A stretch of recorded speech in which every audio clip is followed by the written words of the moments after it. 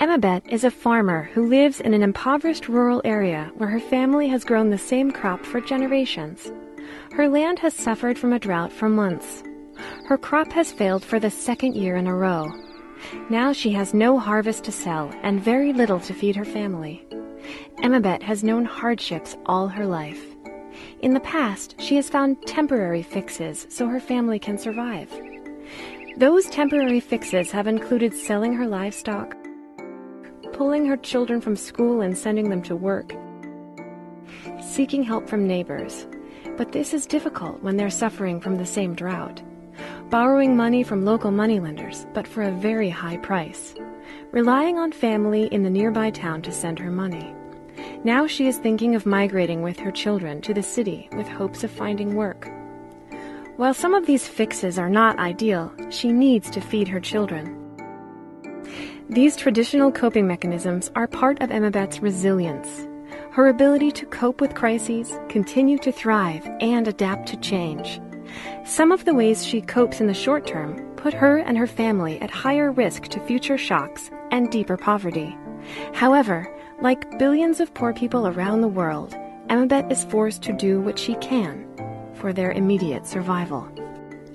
Emmabet is just one of millions of farmers worried about their future.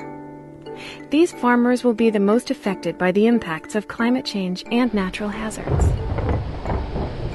For decades, developing countries have relied on reactive approaches to addressing disasters by diverting funds from national development budgets and relying on unsustainable relief and recovery assistance from international donors when disasters hit. This creates heavy burdens on governments. Funds for recovery are often insufficient and poorly targeted, not reaching those most affected. This approach does not encourage people to take action to reduce potential impacts of hazards before they strike. Can insurance help Emmabet and other poor households better manage their risk? Traditional insurance pays out based on actual addressed losses of the policyholder. It is usually unaffordable to the poor. Since the late 1990s, several pilot programs have been testing the use of index insurance. This pays out based on an independent measure, such as a certain amount of excess or deficit rainfall, a specific wind speed in the case of hurricanes, or livestock mortality for winter storms. This is called a trigger. With index insurance, there is no need to assess the losses of individual households. Administrative costs are reduced, making the insurance more affordable, and payouts come faster, allowing those affected to recover more quickly. Index insurance therefore holds the promise of strengthening the resilience of Emmabet. But there is more than one way to look at this complex issue, and a need to assess the lived experience of the poor against the promises. Index insurance breaks the poverty cycle by allowing people to make choices that are riskier but more profitable, and also encourages investments in disaster risk reduction. Are farmers really switching to more productive investments? Are there demonstrated links between risk reduction incentives and micro-level insurance programs? Index insurance reduces transaction costs and can be an affordable solution to protect the assets and livelihoods of the poor from disaster shocks. Is index insurance affordable for the people who really need it? According to the World Bank, of the estimated 4 billion people worldwide who live on less than $2 a day, fewer than 10 million currently have access to formal insurance from a regulated financial institution.